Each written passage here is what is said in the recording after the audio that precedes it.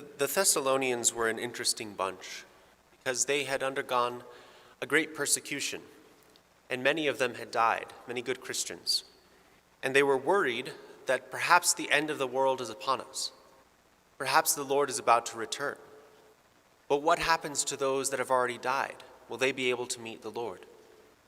And so the whole purpose of this first letter to the Thessalonians is to give them peace, hope, and even joy in the midst of these tribulations, to remind them that God is always with them. Yes, Christ will come again at the end of time, but he remains with us as he promised.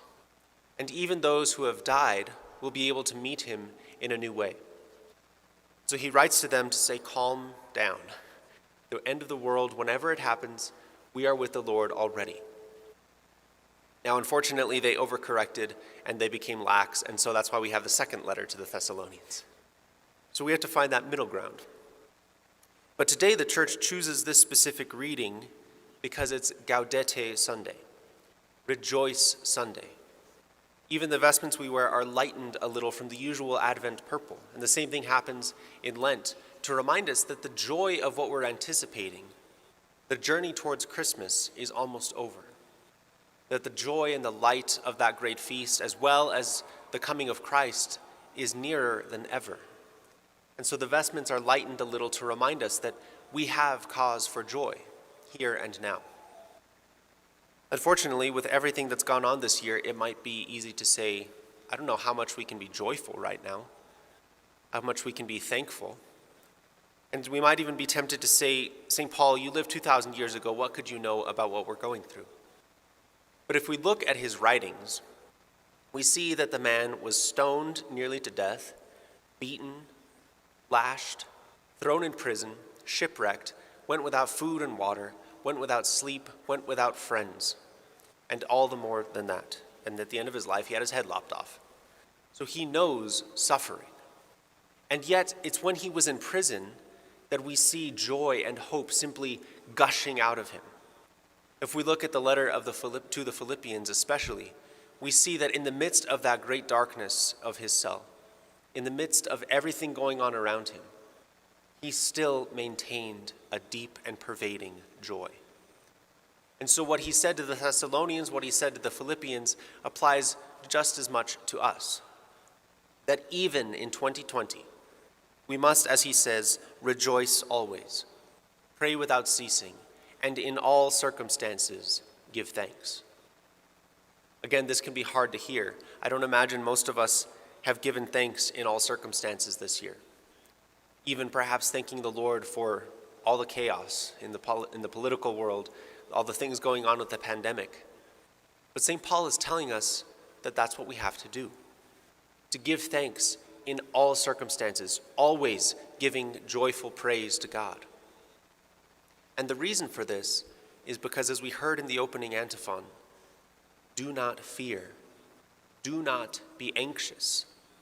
That's a command that God over and over repeats in the scriptures. It's not, unless this happens, then you can be fearful. It's a simple statement. Do not be afraid. Do not be anxious, because God is with us. The Lord is near. And if he can turn even the cross, the worst evil that's ever occurred, into the greatest blessing, the same thing can happen today, here and now in 2020, with everything that's gone on. And so yes, we are required to rejoice and give thanks. We know this every year as we get closer to Christmas. It's easy to be joyful, but this year we might find that difficult. And so the key is what St. Paul emphasizes here in the middle of this triad. Rejoice, pray, give thanks. If we are not praying, we will not be joyful. We will not be able to give thanks. Because prayer is what changes our perspective and allows us to see things more like God would have us see. It changes our worldly perspective into a heavenly one. And so we have to constantly pray.